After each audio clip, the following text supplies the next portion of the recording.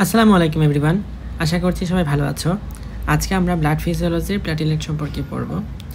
তো প্ল্যাটিলেট সম্পর্কে আসলে গাইডনে সবচেয়ে ভালোভাবে এবং গোছানোভাবে দেওয়া আছে। সো আমি গাইডনটাকে সেন্টার ধরেই প্ল্যাটিলেট এই লেকচারটা সাজিয়েছি। অ্যান্ড এই আইটেমের জন্য আসলে গাইডনটাই বেস্ট। তো আমি যখন নিজে পড়তাম, নিজে আইটেম দিয়েছিলাম, কার্ড দিয়েছিলাম, টার্ম দিয়েছিলাম, দেওয়ার পরেও আমি জানতাম না যে প্ল্যাটিলেট আইটেমটা গাইডনে আছে। পরবর্তীতে যখন থার্ড ফোর্থ কার্ড দিলাম, দেওয়ার পরে হঠাৎ একদিন আবিষ্কার করলাম যে এই আইটেমটা গাইটনেও আছে। তো গাইটনের যে চ্যাপ্টার সেটা হচ্ছে হোমিওস্টেসিস অ্যান্ড ব্লাড কোয়াগুলেশন নামে চ্যাপ্টার 37-এ এই আইটেমটা তুমি পাবা। তো চলো আমরা শুরু করি প্ল্যাটিলেট সম্পর্কে। আমরা ইন্ডিভিজুয়ালি প্রত্যেকটা ব্লাড সেল পর্যন্ত সম্পর্কে পড়তেছিলাম। প্রথমে প্লাজমা প্রোটিন অ্যান্ড ব্লাড নিয়ে আইটেম 6 ছিল, তারপরে আরবিসি, ডাব্লিউবিসি এবং নাও প্ল্যাটিলেট। তো প্ল্যাটিলেটের সর্বপ্রথম তোমাকে যখন কোয়েশ্চেন ধরবে প্ল্যাটিলেটের মরফোলজি বলতে বলবে। তো এখানে প্ল্যাটিলেটরা কালারলেস হয়, আরবিসি হয় রেড, ডাব্লিউবিসি হয় হোয়াইট, আর প্ল্যাটিলেট কি কালার? কালারলেস। এছাড়া শেপ কি স্পেরিক্যাল, ওভাল, রড শেপ অনেক কিছু হতে পারে। অ্যান্ড এটা ডায়ামিটার কত? গাইটন অনুসারে ডায়ামিটারটা হচ্ছে 1 to 4 মাইক্রোমিটার, আর যদি জানকুইরি অনুসারে বলো তাহলে 2 থেকে 4 মাইক্রোমিটার। তো এটা বাদ দাও, ফিজিওলজির জন্য আমরা 1 to 4 মাইক্রোমিটার। হাফ লাইফ তুমি যখন ইন্টারমিডিয়েটে পড়তা তখন 9 ডে পড়তা, তাই না? এখন হচ্ছে এটা ভুলে যাও, রেঞ্জে বলবো আমরা সব কিছু। 8 to 12 days in blood. Total count 1.5 লক্ষ থেকে 5 লক্ষ প্রতি মিলিমিটার কিউবের মধ্যে। তো এটা 1.5 লক্ষ থেকে 4.5 লক্ষ গাইটন অনুসারে, আমরা 1.5 লক্ষ থেকে 4.5 লক্ষই বলতে পারি। এখন যদি এরকম হয় যে এই সেলের সংখ্যা ব্লাডের মধ্যে প্রতি মিলিমিটার কিউবে এর চেয়ে বেশি আছে, তাহলে আমি কি বলবো? আমরা জানি প্ল্যাটিলেট, এটাকে কি বলা হয়? থ্রম্বোসাইট। ওকে, থ্রম্বোসাইটের সংখ্যা যদি বেড়ে যায় তখন সেটাকে বলবো আমরা থ্রম্বোসাইটোসিস। যদি থ্রম্বোসাইটের সংখ্যা কমে যায় তাহলে সেটাকে বলবো থ্রম্বোসাইটোপেনিয়া, তাই তো? ওকে, এখন এই থ্রম্বোসাইটোপেনিয়া মানে কি? এই রেঞ্জের চেয়ে কমে গেছে, মানে 1.5 লাখের চেয়েও কমে গেছে। কমে কতটুকু কমতে পারে? যদি এরকম হয় যে 10,000-এর চেয়েও কমে গেছে, লেস দেন 10,000 প্রেজেন্ট, তখন কিন্তু লিথাল পর্যায়ে চলে যায়। অর্থাৎ 10,000-এর চেয়ে কমে গেলে মৃত্যুর সম্ভাবনা বা ডেথ এর পসিবিলিটি অনেক বেশি থাকে। মানে লিথাল লেভেল হচ্ছে 10,000-এর চেয়ে কম, এমনটা গাইডনে বলা আছে। আচ্ছা, removed from the circulation by tissue macrophage system. এই প্ল্যাটিলেট না শুধুমাত্র, সব কিছুই আর কি আলটিমেটলি সার্কুলেশন থেকে রিমুভ হয় কিসের মাধ্যমে? ম্যাক্রোফেজ সিস্টেমের মাধ্যমে, তাই না? এখন কোন ম্যাক্রোফেজ এখানে মোস্টলি কাজ করে? প্রত্যেক ক্ষেত্রেই স্প্লিনের ম্যাক্রোফেজটা সবচেয়ে বেশি কাজ করে। কারণ আমরা জানি স্প্লিনগুলো হচ্ছে আমাদের যে রেড কর্পাসল হোক বা এক কথায় রক্তকণিকার কবরস্থান হচ্ছে কি? স্প্লিন। তাহলে স্প্লিনের মধ্যে স্প্লিনের যে ম্যাক্রোফেজ সেটা দিয়ে সার্কুলেশন থেকে প্ল্যাটিলেটটা রিমুভ হয়। এবং আমরা জানি যে আরবিসি যখন ম্যাচিওর হয়, ম্যাচিওর আরবিসির মধ্যে নিউক্লিয়াস থাকে না, বাট ইমেচিওরগুলোর মধ্যে থাকে। ডাব্লিউবিসির মধ্যে নিউক্লিয়াস প্রেজেন্ট, বাট এই প্ল্যাটিলেটের মধ্যে কিন্তু কোনো নিউক্লিয়াস নাই। So no nucleus and can not reproduce. Origin কোথায়? বোন মেরুতে। বোন মেরুর মেগাক্যারিওসাইট থেকে তৈরি হয়। আরবিসি তৈরি হয়তো ইরাইথ্রোব্লাস্ট থেকে, আর এই প্ল্যাটিলেটটা তৈরি হচ্ছে মেগাক্যারিওসাইট থেকে। এটা মনে রাখতে পারলেই হয়ে যায়। ওকে, তো আমরা এই যে অরিজিনটা, এটা আরও একটা ভালো ফ্লোচার্টের মাধ্যমে আরবিসি আইটেমের মধ্যে দেখাইছিলাম। যদি কেউ এই অরিজিনটা ভালো করে আরও দেখতে চায় তাহলে সে আরবিসি আইটেম যদি খুলে বা গাইডন থেকে খুললেও পাওয়া যাবে, সেকেন্ড পেজে আছে, সেখান থেকে তুমি দেখে নিতে পারো যে বোন মেরুর কোন সেল থেকে কীভাবে শেষ পর্যন্ত মেগাক্যারিওসাইট হয়ে প্ল্যাটিলেটটা আসছে। ওকে, ফাইন। তো আমরা এরপরে প্ল্যাটিলেটের স্ট্রাকচার সম্পর্কে জানবো। প্ল্যাটিলেটের স্ট্রাকচার যেহেতু আমরা এটা একটা জানি অ্যানিমেল সেল, সুতরাং এর মধ্যে তো আর কোষ প্রাচীর থাকবে না, মানে সেল ওয়াল থাকবে না। সো থাকবে কি? কোষ ঝিল্লি, দ্যাট ইজ সেল মেমব্রেন, এবং তার ভিতরে আছে সাইটোপ্লাজম। নিউক্লিয়াস কি প্রেজেন্ট থাকবে? না, একটু আগে আমরা পড়ে আসছি নো নিউক্লিয়াস। সুতরাং এটার মধ্যে কোনো নিউক্লিয়াস নাই। সেল মেমব্রেন কি? সেল মেমব্রেন গঠিত হয় প্রোটিন এবং লিপিড নিয়ে। তো প্রোটিনের মধ্যে আছে গ্লাইকোপ্রোটিন। এখন এই যে গ্লাইকোপ্রোটিন, এর কাজটা কি? গ্লাইকোপ্রোটিনের কাজটা হচ্ছে, এটা ধরে নেওয়া একটা ব্লাড সেল, ব্লাড ভেসেল।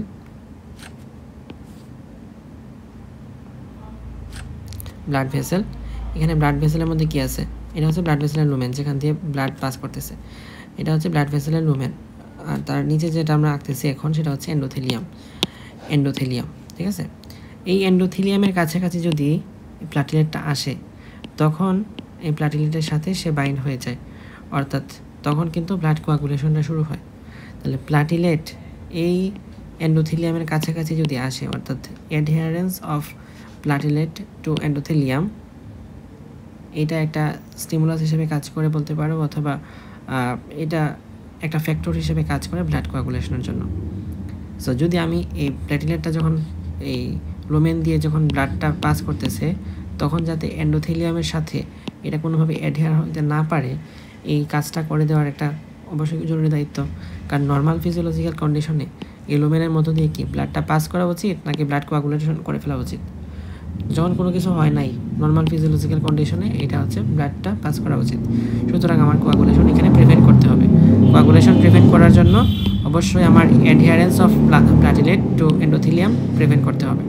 এই জন্য prevents adherence to plasma vessel endothelium কে করতেছে? গ্লাইকোপ্রোটিন করতেছে। ফাইন। তারপর আসো ফসফোলিপিড। এই ফসফোলিপিডকে তুমি দেখবা যখন আমরা ব্লাড কোয়াগুলেশন মেকানিজমগুলো পড়বো, তখন ডিটেলস দেখবা যে ব্লাড ক্লটিংয়ের মধ্যে সে পার্টিসিপেট করে। ওকে, এরপর আসো সাইটোপ্লাজম। সাইটোপ্লাজমটা কী কালার স্টেন করা থাকে? Light blue. এখানে যে কালারটা আছে এই কালারটা হচ্ছে লাইট ব্লু। রাইট সাইড আমার যে ফিগার, এই ফিগারের যে সাইটোপ্লাজমের কালারটা হচ্ছে লাইট ব্লু। অ্যান্ড এখানে কী কী অর্গানেলস আছে? Endoplasmic reticulum, Golgi apparatus, they synthesise enzyme and stores calcium ion. এই ক্যালসিয়াম আয়নের ভূমিকাটা কি? আমরা জানি যে ক্লোটিং ফ্যাক্টর আছে 13টা, যার মধ্যে 4 নম্বর বা ইসেনশিয়াল ক্লোটিং ফ্যাক্টর হচ্ছে ক্যালসিয়াম। 4 নম্বর ইসেনশিয়াল ফ্যাক্টর। তাহলে ক্যালসিয়াম এটাকে স্টোর করে রাখতে হবে, কোথায় রাখে? এন্ডোপ্লাজমিক রেটিকুলাম এবং গোলজি অ্যাপারেটাস। মাইটোকন্ড্রিয়ার কাজ কি? Power house of cell. সুতরাং কোষের শক্তি উৎপন্ন করা, capable of forming ATP. Different proteins, actin, myosin, thrombosthenin. এই ডিফারেন্ট প্রোটিনগুলো থেকে লাভটা কী হয়? লাভটা হয় এরা হচ্ছে কন্ট্রাকটাইল প্রোটিন হিসেবে কাজ করে। ওকে, লিখি কন্ট্রাকটাইল প্রোটিন।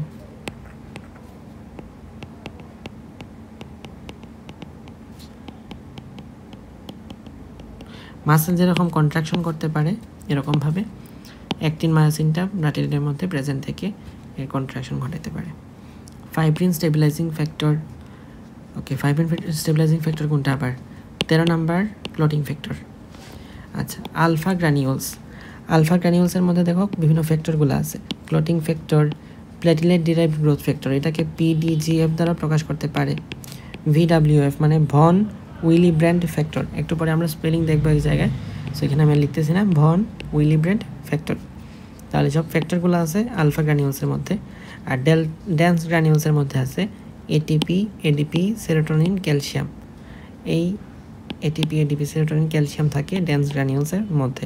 এটা কোথায় আসবে? থ্রু ফলসে আসবে। এই স্ট্রাকচার অফ প্লাটিলেট তোমার পরীক্ষায় রিটেনে আসার কথা না, যদি আসে তত কিছু করার নাই, কিন্তু সাধারণত রিটেনে কখনোই এটার পরীক্ষায় আসবে না। এটা কোথায় আসে? থ্রু ফলসের জন্য আসতে পারে, অথবা MCQ, SB এগুলোর মধ্যে আসতে পারে। এই আর কি MCQ। ফাইন।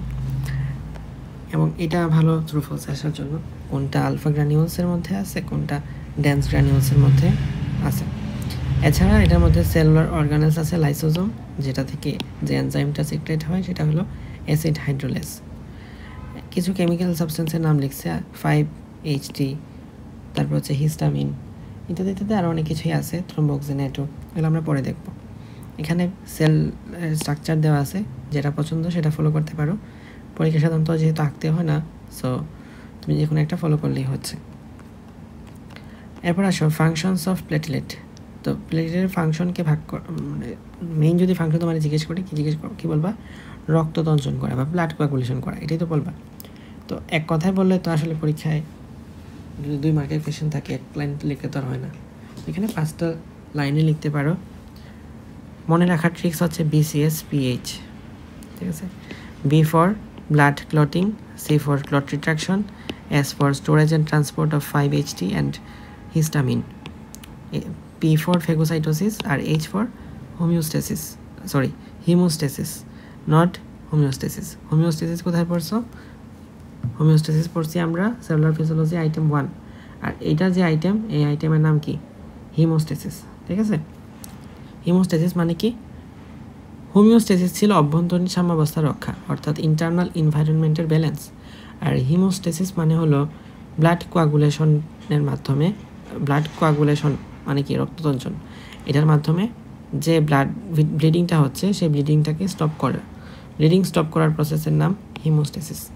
ওকে, আচ্ছা, তো আমরা ফাংশনস অফ প্ল্যাটিলেট সম্পর্কে জানলাম, এখন আমরা হিমোস্টেসিস সম্পর্কে জানব।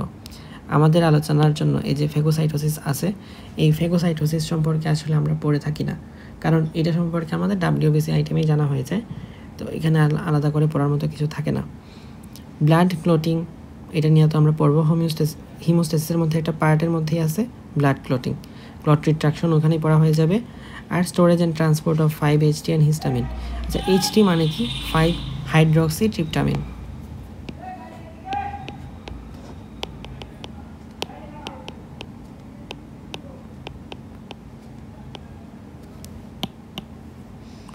শুনে অনেক কঠিন জিনিসটা মনে হতেছে, কিন্তু জিনিস তুমি জীবনে অনেক জায়গাতে শুনছো। এটা আসলে সেরোটোনিন। সেরোটোনিনরেই একটু বেশি স্মার্টলি বলতেছি আমরা 5-HT। ঠিক আছে, এটা মূলত একটা নিউরো ট্রান্সমিটার। ওকে, তো আমরা প্রথমে পড়ি হিমোস্টেসিস সম্পর্কে, এবং হিমোস্টেসিস নিয়ে আর কি এই আইটেমের মূল আলোচনা, হিমোস্টেসিসটা কীভাবে ঘটে। তো প্রথম কথা, হিমোস্টেসিস মানে কি?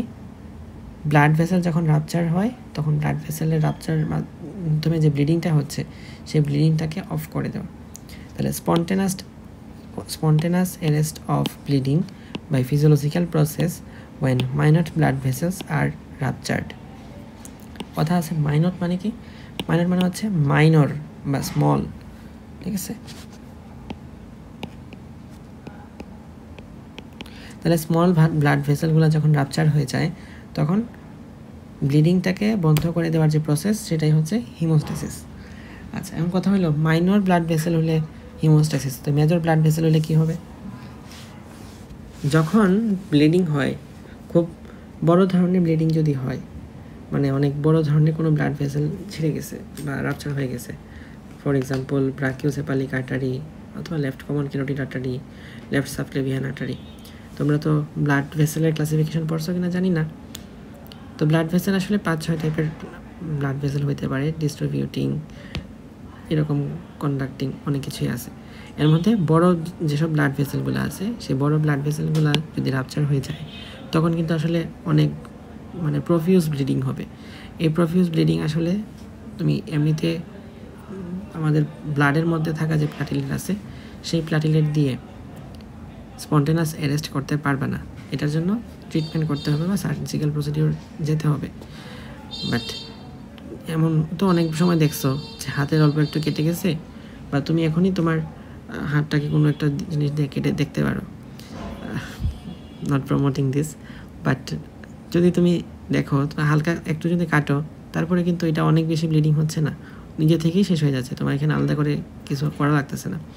তো এই যে হিমোস্টেসিস, এই হিমোস্টেসিস মানে হচ্ছে মাইনর ছোটো ছোটো ব্লাড ভেসেলগুলো যখন ছিঁড়ে যায়, রাপচার হয়ে যায়, তখন ব্লিডিংয়ের স্পন্টেনাস অ্যারেস্ট, এই কাজটাই হচ্ছে হিমোস্টেসিসের পার্ট। বড় ব্লাড ভেসেল হলে কিন্তু বডি আপনি নিজে নিজে পারবে না। এখন হিমোস্টেসিসটা আসলে ঘটে কেমনে? চারটা ইভেন্টের মাধ্যমে ঘটে, বা 4টা স্টেপের মাধ্যমে ঘটে। একটা হলো ভাস্কুলার স্পাজম বা কনস্ট্রিকশন, মানে ভেসেলটা তখন কনস্ট্রিক্ট হয়ে যায়। ধরো আগে ব্লাড ভেসেলটা এত বড় ছিল, এই ব্লাড ভেসেলদের মধ্য দিয়ে এখানে ব্লাড যেতে পারতো। এখন এই ব্লাড ভেসেলটা ছোট হয়ে গেল, যার ফলে এখান থেকে খুব অল্প পরিমাণে ব্লাড যাইতে পারতেছে, এবং আলটিমেটলি খুব অল্প পরিমাণে ব্লাড হচ্ছে লিক হচ্ছে। আগে হচ্ছে অনেক বেশি পরিমাণে ব্লাড ব্লিডিং হইতো যদি এইভাবে যাইতো, কিন্তু যখনই কোথাও কেটে গেছে, তখন কিন্তু ভেসোকনস্ট্রিকশন শুরু হয়ে যায়, আর ভেসোকনস্ট্রিকশন হয়ে আলটিমেটলি অল্প পরিমাণ ব্লাডটাই বডি থেকে লিক হচ্ছে বা বের হয়ে যাচ্ছে। তো এটা হচ্ছে একটা ওয়ে, ভ্যাসকুলার স্পাজম আর ভেসোকনস্ট্রিকশন। তো আমরা ইন্ডিভিজুয়ালি আচ্ছা প্রতিগুলোর নামটা একটু দেখে ফেলি। Formation of platelet plug, formation of a blood clot as a result of blood coagulation, eventual growth of fibrous tissue into the blood clot to close the hole in the vessel permanently. তাহলে platelet plug ফর্মেশনের মাধ্যমে haemostasis করা যায়, অথবা blood clotting মানে blood coagulation যেটাকে বলি আমরা, blood কোয়াগুলেশনের মাধ্যমে হিমোস্টেসিস করা যায়। আরেকটা হলো ফাইব্রাস টিস্যু জন্মানো, ওই যে জায়গাটা আমার হয়ে গেছে, টোর্ন হয়ে গেছে বা রাপচার হয়ে গেছে, ওইখানে ফাইব্রাস টিস্যু জন্মাই দেওয়া ব্লাড ক্লটের মধ্যে, যার ফলে ভেসেলের মধ্যে থাকা যে হোলগুলো আছে এই ভেসেলের হোলগুলো পার্মানেন্টলি ক্লোজ হতে পারে। আচ্ছা, তো এখন যদি পরীক্ষায় এটা তোমার 1 মার্কের কোয়েশ্চেন আসে বা 1.5 মার্কের হিসাবে আসে, তখন কিন্তু হিমোস্টেসিসটা তুমি জাস্ট এগুলো লিখলেই হয়ে যাবে, ইভেন্টস অফ হিমোস্টেসিস। বাট যদি ধরো 5 মার্কের আসে বা 10 মার্কের আসে, তখন তো আর তোমার এগুলো লিখলে হবে না, তখন তোমাকে ফুললি ডিসক্রাইব করে সব কিছু প্রত্যেকটা স্টেপের আবার ইন্ডিভিজুয়াল বর্ণনা দিয়ে লিখতে হবে। তো আসো আমরা পড়ি ভাস্কুলার স্পাজম আর ভ্যাসোকনস্ট্রিকশন। এখন যখন immediately after a blood vessel has been cut, যখন একটা ব্লাড ভেসেল রাপচার হয়ে গেল অথবা কেটে গেল, the trauma to the vessel wall causes smooth muscle contraction. এই যে ব্লাড ভেসেল কাটার যে ট্রমাটা ভেসেল ওয়ালের মধ্যে, এটা স্মুথ মাসেল কন্ট্রাকশন করে। এখন স্মুথ মাসেল পাবে কই? আমরা জানি যে ব্লাড ভেসেলগুলো 3টা লেয়ারে গঠিত, তাই না? Tunica externa, tunica media, tunica intima. এর মধ্যে টিউনিকা মিডিয়াটা গঠিত স্মুথ মাসেল লেয়ার দিয়ে। এই স্মুথ মাসেল লেয়ার যেটা ব্লাড ভেসেলের মধ্যে আছে, এই স্মুথ মাসেল লেয়ারটাকে কন্ট্রাক্ট করাবে। কে কন্ট্রাক্ট করাবে? এই ট্রমার জন্য, ট্রমাটাকে কম্পেনসেট করার জন্য। তো যখন স্মুথ মাসেল কন্ট্রাক্ট করলে কী হবে? এটা কমে যাবে, লুমেনটা ছোটো হয়ে যাবে। স্মুথ মাস আগে ধরো এরকম ছিল, স্মুথ মাসেল হচ্ছে কন্ট্রাক্ট করছে, তার মানে এরকম লেভেলে চলে আসছে। এখন এইটা দিয়ে কী হবে? ব্লাড ফ্লো কমে যাবে, reduces flow of blood from ruptured vessel. Okay, এখন কথা হলো এই যে ভেসোকনস্ট্রিকশন বা ভেসোকনস্ট্রিকশনটা করাইছে কীভাবে? মাসেল কন্ট্রাকশনের মাধ্যমে। এই মাসেল কন্ট্রাকশনটা ঘটতেছে কি রিফ্লেক্সের মাধ্যমে অথবা কোন ফ্যাক্টরের জন্য? নার্ভাস রিফ্লেক্স একটা ফ্যাক্টর, যেটা পেইনের কারণে হইতেছে। এখানে যখন পেইন হইলো, কেটে গেলে যখন পেইনটা হইতেছে, এই পেইনের যে ইম্পালসটা, এই ইম্পালসের জন্য নার্ভাস রিফ্লেক্সটা মাসেলটাকে কন্ট্রাক্ট করে ফেলে। এটা একটা, বাট এটা আসলে তত মানে মেজর কোনো স্টিমুলাস না। তার চেয়ে বড় স্টিমুলাস হচ্ছে লোকাল মায়োজেনিক স্পাজম। যখন এই ব্লাড ভেসেলটা কেটে যায় অথবা রাপচার হয়ে যায়, তখন এই যে স্মুথ মাসেলটা আছে, এই স্মুথ মাসেল না অ্যাকচুয়ালি, মানে ধরো যে প্লাটিলেটটা থাকে ওখানে, এই প্লাটিলেটটা সেরোটোনিন এবং থ্রম্বোক্সিন A2 এইটা হচ্ছে রিলিজ করে, এবং এই রিলিজের কারণে মায়োজেনিক স্পাজম ঘটে, অর্থাৎ মাসেলটা কন্ট্রাকশন ঘটে। ওকে, আর লোকাল হিউমারাল ফ্যাক্টরস, তো যদি স্মল ব্লাড ভেসেলগুলো হয় তার ক্ষেত্রে সবচেয়ে বেশি হচ্ছে লোকাল ফ্যাক্টর। এটা যদি তোমার এসবি এর মধ্যে আসতে পারে। যদি 3টার কথাই দিয়ে দেয় যে cause of muscle contraction in rupture blood vessel, তো তখন কি হবে? নার্ভাসও আছে, লোকাল মায়োজেনিক স্পাজমও আছে, হিউমারাল ফ্যাক্টরস, অথবা এটাকে অটাকয়েড ফ্যাক্টরসও বলতে পারে, কারণ গাইটনে ওয়ার্ডটা অটাকয়েড ইউজ করছে। অটাকয়েড ফ্যাক্টরস, তাহলে লোকাল হিউমারাল ফ্যাক্টরস বা অটাকয়েড ফ্যাক্টরস 3টা দেওয়া আছে। কোনটা হবে আনসার হবে লোকাল হিউমারাল ফ্যাক্টরস। ওকে, এটা কি হয়?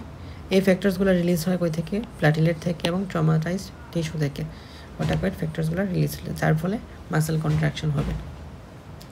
যত বেশি ওই টিস্যুটা ট্রমাটাইজড হবে, তত বেশি ভাস্কুলার স্পাজমটা ঘটবে, মানে ভেসোকনস্ট্রিক্টেড হবে, ভেসেলটা হচ্ছে ছোটো হয়ে যাবে আর কি, ভেসেলের লুমেনটা কমায় ফেলবে, যার ফলে কম পরিমাণে ব্লাডটা পাস হবে। তাহলে আমরা অলরেডি পড়লাম 4টা স্টেপের মধ্যে একটা হলো ভেসোকনস্ট্রিকশন, দেন সেকেন্ডলি আমরা প্ল্যাটিলেট প্লাগ ফর্মেশন দেখব। তো যখন প্ল্যাটিলেট প্লাগটা ফর্মেশন হবে, এটা আসলে 3টা ফেজে ঘটে। কি এই ছবিটা হচ্ছে পরীক্ষার জন্য ভালোই একটা ছবি। এমনিতে নর্মাল যখন ব্লাড ভেসেলের মধ্যে এটা রান করে তখন হচ্ছে লুমেন দিয়ে যাচ্ছে, বাট যখন কোথাও একটু রাপচার হয়ে গেছে, কোথাও ব্লাড ভেসেল ওয়ালটা ড্যামেজ হয়ে গেছে, তখন এই যে প্লাটিলেটটা আছে, এই প্লাটিলেটটা এখানে চলে আসে, মানে এই যে এন্ডোথেলিয়ামের কাছাকাছি চলে আসে। দেখো, এন্ডোথেলিয়াম যখন ইনজোর্ড হয়ে যায় কোনো একটা জায়গায়, এই প্লাটিলেটসটা তখন এই এক্সপোজড সাব এন্ডোথেলিয়াল কোলাজেনের সাথে অ্যাডহেয়ার করে বাই ভন উইলিব্র্যান্ড ফ্যাক্টর।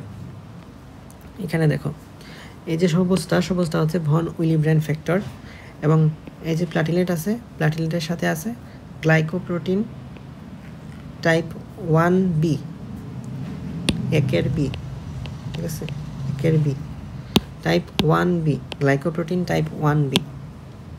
এই ফ্যাক্টরটা ভন উইলিব্র্যান্ড ফ্যাক্টরের সাথে অ্যাডহেয়ার হয়, যার ফলে প্লাটিলেটটা এন্ডোথেলিয়াম যেখানে আছে এক্সপোজড, সেই এক্সপোজড এন্ডোথেলিয়ামের কাছাকাছি যে অ্যাডহেশন ঘটে। এই চিত্রটা দেখলেই জাস্ট বোঝা যায় এটা। সেকেন্ড ধাপ, যখন অ্যাডহেশন হয়ে গেল, তখন এই প্লাটিলেটটা কিছু মরফোলজিক্যাল চেঞ্জ ঘটায়, যার ফলে সে গ্রানিউল থেকে, কোন গ্রানিউল, ওই যে আলফা গ্রানিউল ছিল, ডেন্স গ্রানিউল ছিল, ওই গ্রানিউল থেকে ADP, thromboxane A2, serotonin, platelet activation factor, thrombin, এগুলো উৎপন্ন করে, এগুলো রিলিজ ঘটাইলো। তাহলে এগুলো রিলিজ হয়ে গেল। এখন এরা কি করবে? এই যে ফ্যাক্টরগুলো সে রিলিজ করছে, এই ফ্যাক্টরগুলো এখন আশেপাশের যে প্লাটিলেট আছে, এই প্লাটিলেট তো এখানে যে গ্রানিউলসগুলো আছে সেগুলো বের হয়ে গেছে, থ্রম্বোক্সেন A2 বের হয়েছে, তারপর হচ্ছে প্লাটিলেট অ্যাক্টিভেটিং ফ্যাক্টর, থ্রম্বিন, এগুলো বের হয়েছে। তো এইটা তার পাশের যে প্লাটিলেট আছে সেটাকে অ্যাক্টিভেট করছে, এইটা তার পাশের যে প্লাটিলেট আছে সেটাকে অ্যাক্টিভেট করছে, মানে একজন আরেকজনকে অ্যাক্টিভেট করতেছে। ওকে, এবং intracellular calcium increases in this activated platelets. যখন এগুলা অ্যাক্টিভেটেড হয় তখন তার মধ্যে ক্যালসিয়ামটা বেড়ে যায়। এগুলোর মধ্যে যখন অ্যাক্টিভেটেড হয়েছে তখন ক্যালসিয়াম বেড়ে গেছে। Okay, intracellular calcium increases in this activated platelet. তা এখন এটার সেলের মধ্যে কি আছে? ক্যালসিয়াম বেশি আছে। এই increased calcium leads to release of ADP, thromboxane A2, serotonin that activate other platelets. মানে যখন একটা অ্যাডহেশন হয়েছে, অ্যাডহেশন হওয়ার পরে কি হবে? অ্যাক্টিভেশন। তো অ্যাক্টিভেশন যখন হয় তখন কি হয়? তখন এর মধ্যে ক্যালসিয়ামটা বেড়ে যায়। এর ফলে কি বের হয়? থ্রম্বোক্সেন A2, সেরোটোনিন, এডিপি, এগুলো বের হয়েছে, থ্রম্বিন বের হয়েছে। বের হয়ে এইটা তার পাশের সেলটাকে অ্যাক্টিভেট করছে। তো তখন কি হবে? তার মধ্যে ইন্ট্রাসেলুলার ক্যালসিয়ামটা বেড়ে গেছে, যার ফলে সে রিলিজ ঘটাবে থ্রম্বোক্সিন A2, এডিপি, সেরোটোনিন। সে তার পাশের সেলকে, এর পাশে যেটা থাকবে তাকে সে অ্যাক্টিভেট করবে। এভাবে ক্রমান্বয়ে একজন আরেকজনকে অ্যাক্টিভেট করতেছে। এবং অ্যাক্টিভেশন অফ গ্লাইকোপ্রোটিন টাইপ 2 এর বি অথবা 3 এর এ।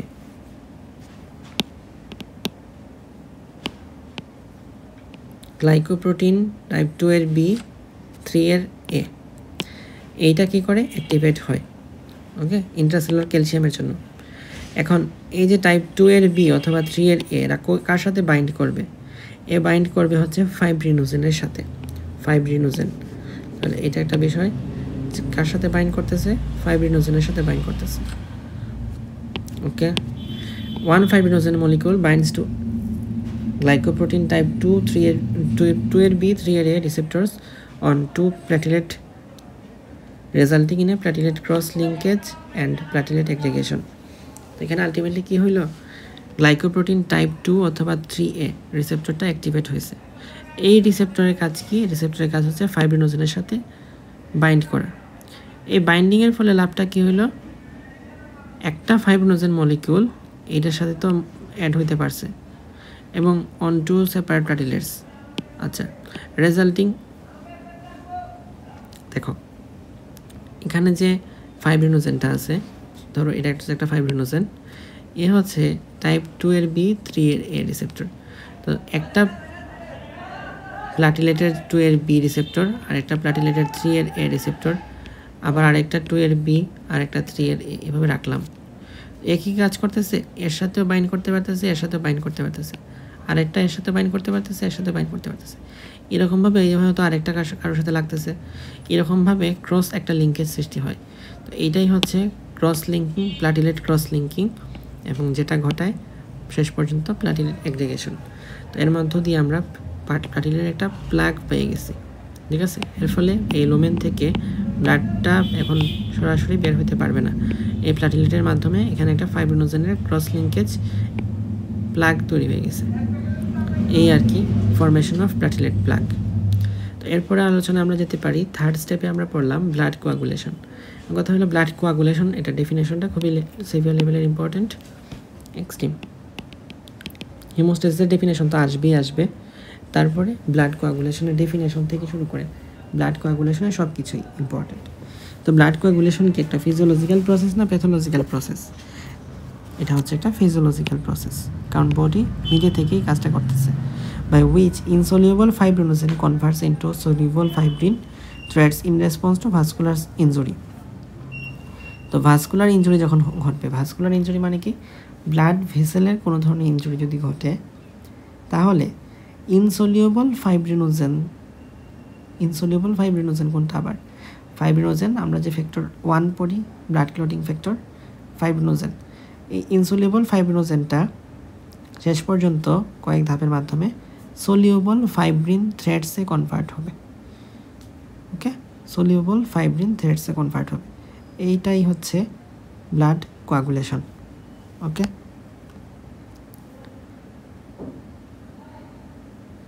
এরপরে আসো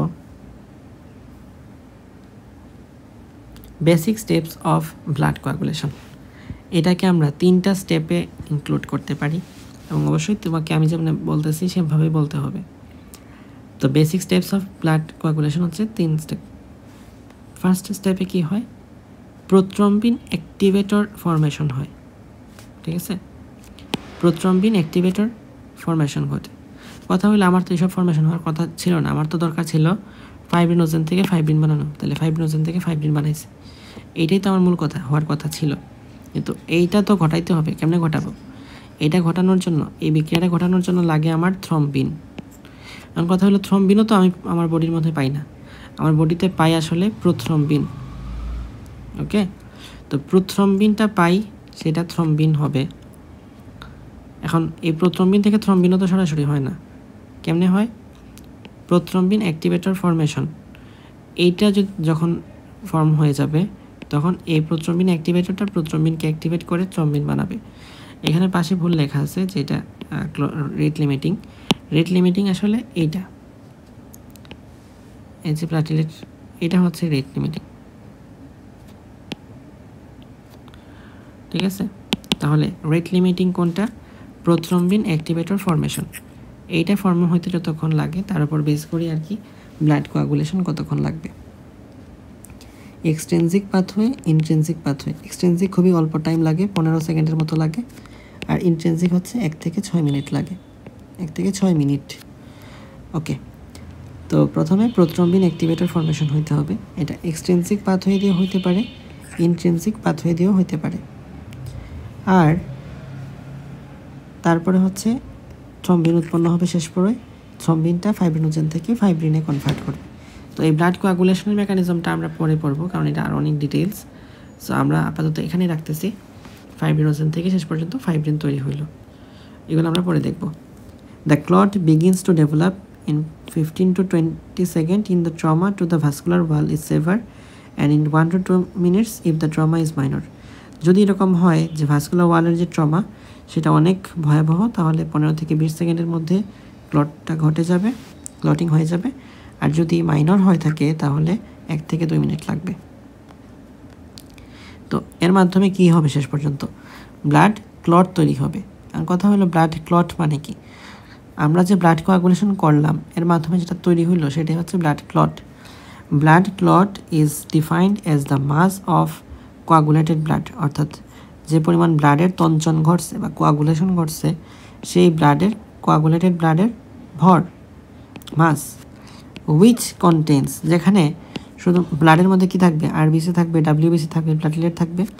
which contains RBC, WBC, platelet entrapped in fibrin মেশওয়ার্ক।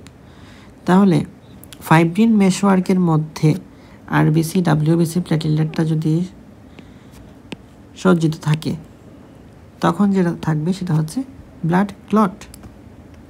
ওকে, তাহলে আমাদের থার্ড স্টেপটা পড়া হয়ে গেল।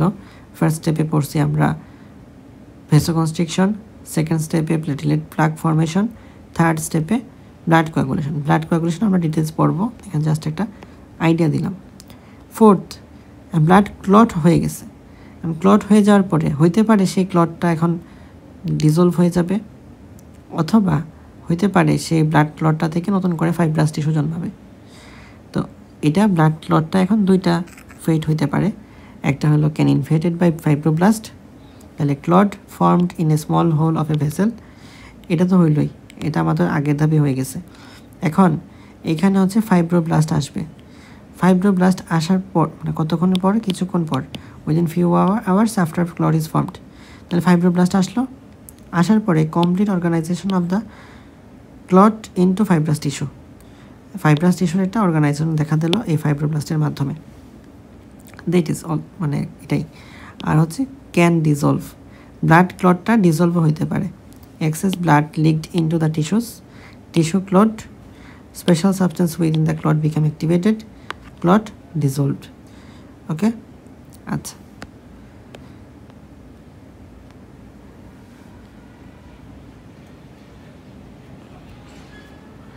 এখন আমাদের কোয়াগুলেশন ফ্যাক্টরগুলো সম্পর্কে একটু পড়ে ফেলা উচিত।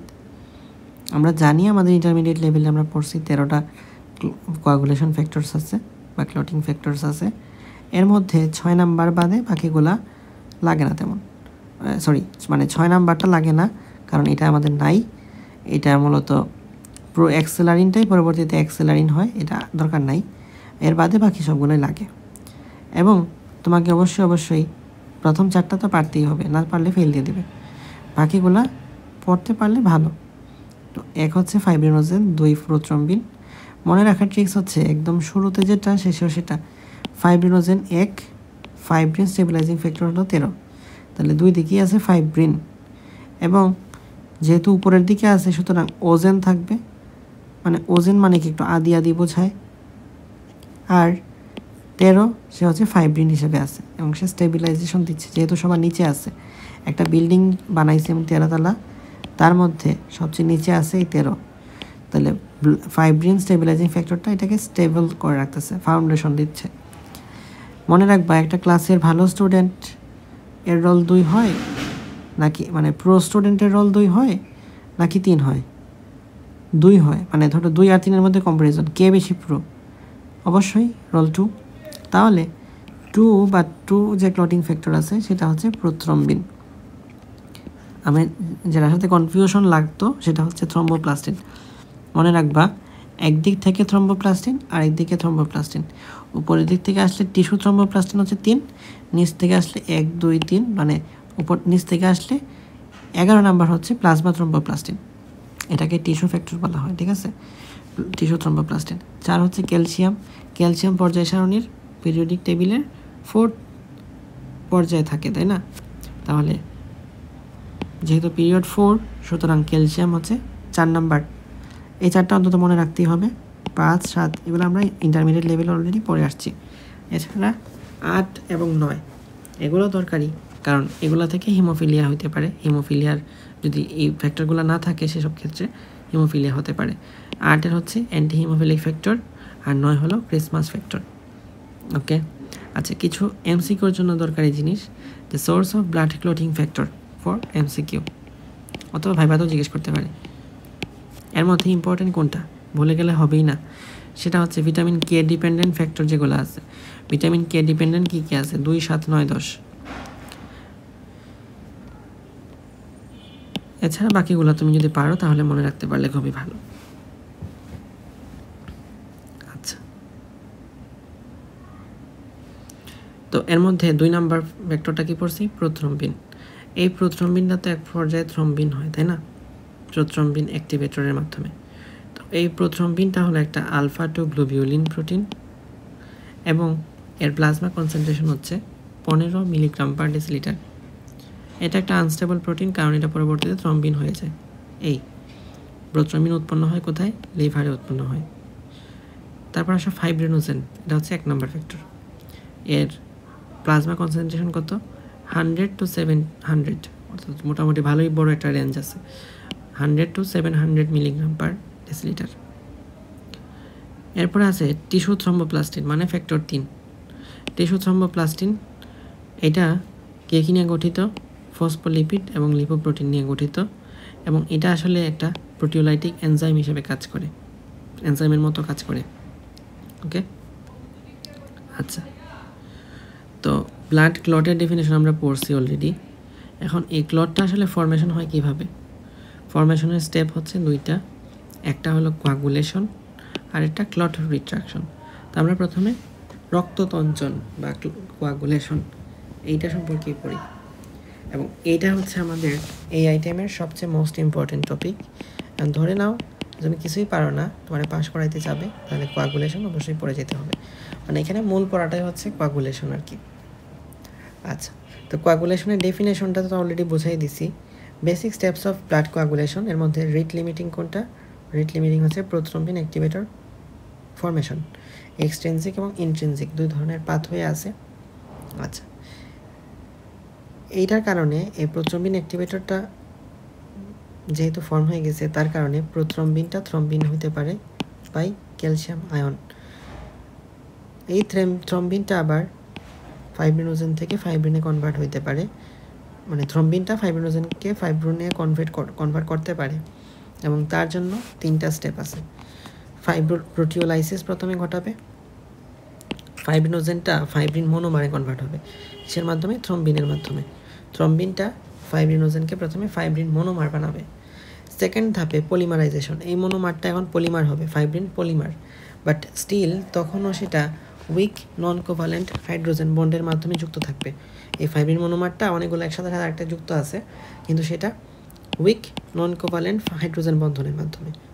আর লাস্ট অফ অল ক্লটিং ঘটবে, soluble fibrin polymer insoluble fibrin clot. তো এটা স্টেবল কোভালেন্ট বন্ডের মাধ্যমে যুক্ত থাকলো। মানে এখানে কি আছে? উইক নন কোভালেন্ট হাইড্রোজেন বন্ড, এটাকে জাস্ট সলিউবল ছিল, এখন ইনসলিউবল বানাইছি, অ্যান্ড স্টেবল কোভালেন্ট বন্ড বানাইছি।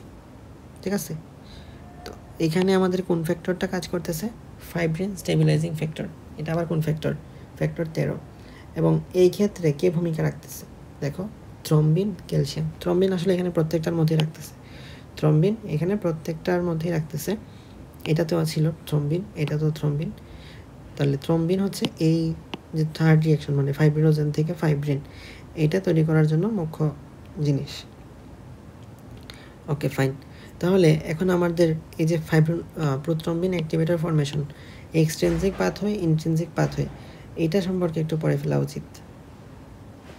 তো এক্সট্রিনসিক পাথওয়ে, এটা গাইটনের একটা ছবি, এখানে প্রোথ্রম্বিন অ্যাক্টিভেটর ফরমেশন পর্যন্ত দেখানো আছে।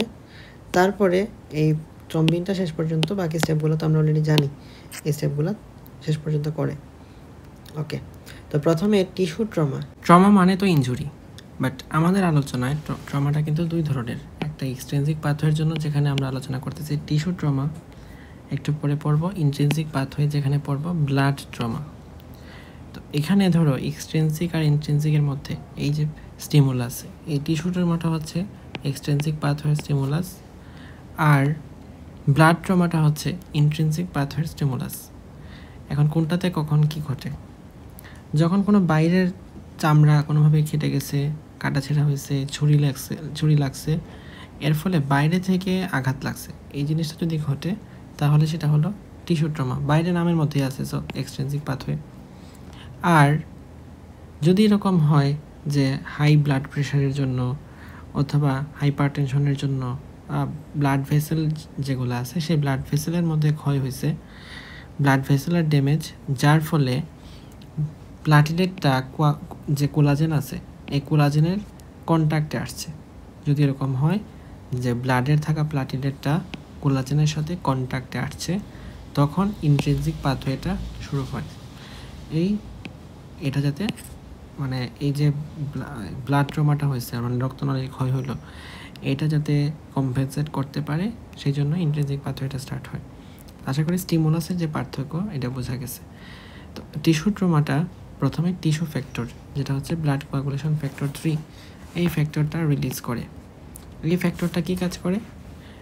ফ্যাক্টর 3 তো আসলো, এই ফ্যাক্টরটা ফ্যাক্টর 10কে ফ্যাক্টর অ্যাক্টিভেটেড 10 বানাইতে, মানে ফ্যাক্টর 10কে অ্যাক্টিভেট করতে হেল্প করে। এটা হচ্ছে ফ্যাক্টর 10, এটা হচ্ছে অ্যাক্টিভেটেড 10, অর্থাৎ ফ্যাক্টর 10কে ফ্যাক্টর অ্যাক্টিভেটেড 10 বানাইতে হেল্প করে। শুধুমাত্র সে একা করতেছে তা না, ফ্যাক্টর 3 যেরকম এখানে কাজে লাগতেছে, ক্যালসিয়াম মানে ফ্যাক্টর 4 এখানে কাজে লাগতেছে, এবং এই ফ্যাক্টর 3 এর কারণে ফ্যাক্টর 7টা 7A মানে অ্যাক্টিভেটেড 7 হইতে পারতেছে। এই অ্যাক্টিভেটেড 7টা আবার এই 10কে 10A-তে হইতে হেল্প করতেছে। মানে বুঝতেছো তো, ফ্যাক্টর 3 এর কারণে 7 থেকে 7A হয়, মানে অ্যাক্টিভেটেড 7 হয়। আবার 10 থেকে অ্যাক্টিভেটেড 10 করার ক্ষেত্রে ফ্যাক্টর 3 কাজ করতেছে, ফ্যাক্টর 4 কাজ করতেছে এবং ফ্যাক্টর 7A কাজ করতেছে। শেষ পর্যন্ত পাওয়া গেল ফ্যাক্টর 10। এই ফ্যাক্টর 10 থেকে প্রোথ্রম্বিন অ্যাক্টিভেটর উৎপন্ন হবে। এই প্রোথ্রম্বিন অ্যাক্টিভেটরটা তৈরি হওয়ার সময় এখানে ক্যালসিয়াম কাজ করতেছে, মানে ফ্যাক্টর 4, ফ্যাক্টর 5 এবং ফ্যাক্টর 3, এই তিনটা কাজ করে প্রোথ্রম্বিন অ্যাক্টিভেটরটা উৎপন্ন করতেছে। কই থেকে? অ্যাক্টিভেটেড ফ্যাক্টর 10 থেকে। তো প্রোথ্রম্বিন অ্যাক্টিভেটরটা এরপরেরটুকু তো আমরা জানি। প্রোথ্রম্বিন অ্যাক্টিভেটরটা প্রোথ্রম্বিনকে থ্রম্বিনে কনভার্ট করবে। এখানে ক্যালসিয়াম কাজ করতেছে, ফসফোলিপিড কাজ করতেছে। একদম শুরুতে প্ল্যাটিলেটের যে ফসফোলিপিড, ওইখানে আমরা বলছিলাম যে ফসফোলিপিডটা ব্লাড কোয়াগুলেশনে হেল্প করে। কেমনে হেল্প করে? এই যে দেখো, প্রোথ্রম্বিনকে থ্রম্বিনে কনভার্ট করার ক্ষেত্রে ভূমিকা রাখে। তো এখন এই থ্রম্বিনটা পাইলাম। এই থ্রম্বিনটা কি কাজ করে? ফাইব্রিনোজেনকে ফাইব্রিন মনোমারে কনভার্ট করে। ফাইব্রিন মনোমারটা ফাইব্রিন ফাইবার হয়। এখানে ফাইব্রিন স্টেবিলাইজিং ফ্যাক্টর লাগলে সেটা ক্রস লিঙ্কড ফাইব্রিন ফাইবারস হচ্ছে। এতটুকুতে আমরা কোয়াগুলেশনটাকে ইন করতে পারি। তারপরটা হচ্ছে ব্লাড ক্লট রিট্রাকশন। এখানে আরবিসি, ডাব্লিউবিসি, প্ল্যাটিলেট, প্লাজমা, এটা হচ্ছে ইন্ট্রাপ হয়, ব্লাড ক্লট ফর্ম হয়। তো এটা আমরা একটু পরে আবার দেখবো ভালো করে। তো এটুকু পর্যন্ত ক্রস লিঙ্কড ফাইব্রিন ফাইবারস তৈরি হয়ে গেল। আশা করি এক্সট্রিনসিক পাথওয়েটা বোঝা গেছে। এখানে বোঝানোর কিছু নেই আসলে, তোমার এটা মনে রাখতে হবে দিন শেষে কে কারে অ্যাক্টিভেট করে কি বানাইতেছে। ওকে, ইন্ট্রিনসিক পাথওয়ে। ইন্ট্রিনসিক পাথওয়ে কি হয়? ব্লাড ট্রমা, মানে ইন্টারনালি কোনো ড্যামেজ ঘটছে, তার ফলে কোলাজেনের সাথে এটার কন্ট্যাক্ট হয়ে আসছে এবং এইটা আসলে দুইটা স্টিমুলাস দেয়। একটা হলো ফ্যাক্টর 12কে অ্যাক্টিভেটেড 12 বানায় এবং প্ল্যাটিলেট ফসফোলিপিডটাকে উৎপন্ন করে। তো এখানে 12 থেকে 12A মানে অ্যাক্টিভেটেড 12 হয়েছে। এই অ্যাক্টিভেটেড 12টা 11কে অ্যাক্টিভেটেড 11 বানাইছে এবং এটার জন্য প্রি ক্যালিক্রাইনিন, HMW, কাইনিনোজেন, এগুলো হচ্ছে একটা special type of blood clotting factor, যেগুলো আমরা ওই 13-র ভিতরে পড়ি না, কিন্তু এর বাইরেও কিছু আছে এক্সট্রা করে। তো এখানে জাস্ট নামটা পড়লেই হবে, প্রি ক্যালিক্রাইনিন, HMW, কাইনিনোজেন। নাম রাখতে চাইলে সেটা ভুলে যেতে পারো। তো ফ্যাক্টর 11, এই ফ্যাক্টর 11 থেকে অ্যাক্টিভেটেড 11, সেটা হচ্ছে 9 থেকে 9-এর A বানায়, মানে অ্যাক্টিভেটেড 9। তারপরে এই 9টা কী করে? 10কে 10-এর A বানায় এবং তার আগে থ্রম্বিনটা 8 থেকে 8-এর A বানায়। ক্যালসিয়াম হচ্ছে এখানে ভূমিকা রাখে। আলটিমেটলি শেষ পর্যন্ত 9 অ্যাক্টিভেটেড 9 পাওয়া গেল এবং এই প্রসেসে প্ল্যাটিলেট ফসফোলিপিডটাও কাজ করতেছে। কত কিছু হইতেছে দেখতে পাচ্ছ। তোমাকে এটা পরীক্ষার সময় লিখতে হবে, এটা হচ্ছে মূল কথা। এবং টিচার যদি ভাইভাতে জিজ্ঞেস করে তাহলে ওই লেখা জিনিসটা বলতে হবে মুখে। এখন এটা আলটিমেটলি দিন শেষে তোমার মনে রাখতে হবে 9 থেকে প্রোথ্রম্বিন অ্যাক্টিভেটর উৎপন্ন হবে। উৎপন্ন হওয়ার পথে ক্যালসিয়াম কাজ করতেছে, থ্রম্বিন কাজ করতেছে, প্লাজমা ফসফোলিপিড কাজ করতেছে। প্রোথ্রম্বিন অ্যাক্টিভেটর যখন তৈরি হয়ে গেল, বাকিটুকু তো আমি পারবই। প্রোথ্রম্বিন থেকে থ্রম্বিন, ফাইব্রিনোজেন থেকে ফাইব্রিন মনোমার, তারপর হচ্ছে ফাইব্রিন ফাইবার, সেখান থেকে fibrin stabilizing factor, crosslink fibres. তো আমাদের কোয়াগুলেশন হয়ে গেল। তো এখানে দেখো এক্সট্রিনসিক পাথওয়ের চেয়ে ইন্ট্রিনসিক পাথওয়ে কিন্তু বেশ বড়। এক্সট্রিনসিক তাও মোটামুটি 2-3টা ফ্যাক্টর ছিল, আর এখানে তো দেখা যায় সবই আসালার দিলে। তো এখানে আসলে আমরা দেখতে পাচ্ছি মোটামুটি ম্যাক্সিমাম ইন্ট্রিনসিক পাথওয়ে আমরা ইউজ করে ফেলছি। কোনটা নাই? ফ্যাক্টর 3 এবং ফ্যাক্টর 7, এই দুইটা বাদে বাকি সবগুলা ফ্যাক্টরই ইন্ট্রিনসিক পাথওয়েতে ইনভলভ হয়। আর এক্সট্রিনসিক পাথওয়ের মধ্যে প্রথম যে প্রাইমারি ফ্যাক্টরগুলো আছে সেই প্রাইমারি ফ্যাক্টরগুলো ইউজ হয়। এছাড়া 7, 9 এবং 13টা তো লাস্টে মানে ফাইব্রিন স্টেবিলাইজিংয়ের কাছে কাজ করে। আর 7 এবং 10 এটা দিয়ে মূলত এখানে ভূমিকাটা রাখে। ওকে, তো ইন্ট্রিনসিক এবং এক্সট্রিনসিক যদি পাথওয়েটা পারো তাহলে পার্থক্য লেখা কোনো ব্যাপারই না। এটাতে শুরু হয় 12 দিয়ে, এটাতে 10 দিয়ে। এখানে কী কী ফ্যাক্টরস ইনভলভ আছে, কোন ক্ষেত্রে স্টেপ বেশি, ইন্ট্রিনসিকে স্টেপ বেশি। যদি স্টেপ অনেক বেশি হয়, আমরা বলো এই এতগুলো বিক্রিয়া করতে টাইম বেশি লাগবে না এই কয়টা বেশি বিক্রিয়া করতে টাইম বেশি লাগবে? টাইম বেশি লাগবে এইটা বিক্রিয়া করার জন্য। তাহলে ইন্ট্রিনসিক পাথওয়ে হচ্ছে টাইম বেশি, মানে স্লোয়ার প্রসেস। কতটুকু লাগে? 1 থেকে 6 মিনিট। এক্সট্রিনসিকের র্যাপিড প্রসেস কতটুকু লাগে? 15 সেকেন্ড। সোর্স অফ ফসফোলিপিড ইন্ট্রিনসিকের ক্ষেত্রে প্ল্যাটিলেট থেকে আসে, আর এক্সট্রিনসিকের ক্ষেত্রে টিস্যু থেকে আসে। এবং ইন্ট্রিনসিক পাথওয়ে এটা মনিটর করা যায়, মানে ধরো বোঝা যায় এপিটিটি, মানে অ্যাক্টিভেটেড পার্শিয়াল থ্রম্বোপ্লাস্টিক টাইম, আর পিটি মানে হচ্ছে প্রোথ্রম্বিন টাইম। যখন আমরা স্ক্রিনিং টেস্টগুলো পড়বো তখন মনিটরগুলো দেখা যাবে এপিটিটি, পিটি কি, কোনটা কি। আচ্ছা ঠিক আছে, তো এরপর আসি আমরা ক্লট রিট্রাকশনের মধ্যে। আমরা ক্লট পড়তেছিলাম, স্টেপস অফ ক্লট ফরমেশন, এর মধ্যে একটা পড়ছে coagulation. Now comes to clot retraction. যখন ক্লটটা ফর্ম হয়ে গেছে, it begins to contract and gradually reduces in size. তো ক্লটটা প্রথমে বড় ছিল, এটা আস্তে আস্তে কন্ট্রাক্ট করা শুরু করলো, দেন এটা হচ্ছে সাইজে রিডিউস হওয়া শুরু করলো। The fluid from the clot and decreases in volume but becomes tougher, more solid and elastic. এই কথাটাই মনে রাখতে হবে আর কি, যে এখানে হচ্ছে যে ফ্লুইডটা ছিল সেই ফ্লুইডটা বের হয়ে আসতেছে। এইটা কী হিসাবে বের হয়ে আসবে? সিরাম হিসাবে বের হয়ে আসবে। Squeezes most of the fluid from the clot, এটাকে আমরা সিরাম বলি। এবং বায়োকেমিস্ট্রি ল্যাবের মধ্যে আসলে সিরাম নিয়ে সব প্র্যাকটিক্যাল করতে হয়, তো সিরাম আমাদের জীবনে বহুত বেশি দেখা হয়। ফার্স্ট ফেজে, সব ফেজে দেখা হবে। তো সিরামটা আমরা বায়োকেমিস্ট্রিতে খুব অহরহ দেখবা। তাহলে এই সিরাম কোথা থেকে বের হয়? যখন কোয়াগুলেশন ঘটে গেছে, ক্লট ফর্ম হয়ে গেছে, তখন হচ্ছে কন্ট্রাক্ট করবে ক্লটটা, এবং তখন সেটা সাইজটা কমাই ফেলবে। এবং সাইজ কমাই ফেলতে কী করতে হবে? ভিতরের জিনিস বের করে দিতে হবে। ভিতরে আছে ফ্লুইড, এই ফ্লুইডটাকে বের করে দিচ্ছে। এই বের হওয়া ফ্লুইডটার নাম কি? সিরাম। ওকে, তো এর ফলে কী হলো? ভলিউম কমে গেল এবং আস্তে আস্তে এটা শক্ত এবং ইলাস্টিক হয়ে গেছে। এই প্রসেসটাই হচ্ছে ক্লট রিট্রাকশন। তাহলে কোয়াগুলেশনের পরে সিরাম বের করে দিয়ে ক্লটটা শক্ত হয়ে যাওয়া এবং সাইজে কমে যাওয়ার প্রসেসটাই হচ্ছে ক্লট রিট্রাকশন। ওকে, আর দেখো মেকানিজমটা, platelets become attached to different fibrin fibers together. প্ল্যাটিলেটটা বিভিন্ন ফাইব্রিন ফাইবার্সের সাথে অ্যাটাচ হইল। ওকে, দেন সেটা কি রিলিজ করে? প্ল্যাটিলেটটা ফাইব্রিন স্টেবিলাইজিং ফ্যাক্টর। এই ফাইব্রিন স্টেবিলাইজিং ফ্যাক্টরের মাধ্যমে কী হয়? ফাইব্রিন ফাইবার্স, এগুলো তো আমরা দেখে আসছি, এই ফ্লোচার্টগুলোর মধ্যে ছিল।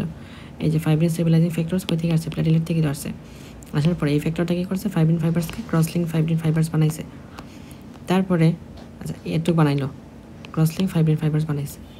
আর সে কিছু অ্যাক্টিভেট করছে, প্ল্যাটিলেটটা অ্যাক্টিভেট করছে কাকে? অ্যাক্টিন, মায়োসিন এবং থ্রম্বোস্টিন, এই তিনটা কন্ট্রাক্টাইল প্রোটিন। একদম শুরুতে আমরা পড়ে আসছিলাম এর মধ্যে কী কী প্রোটিন আছে। তো অ্যাক্টিন, মায়োসিন এবং থ্রম্বোস্টিনিন। ওকে, এখন এরা যেহেতু কন্ট্রাক্টাইল প্রোটিন, তাহলে কী ঘটাবে? কন্ট্রাকশন ঘটাবে।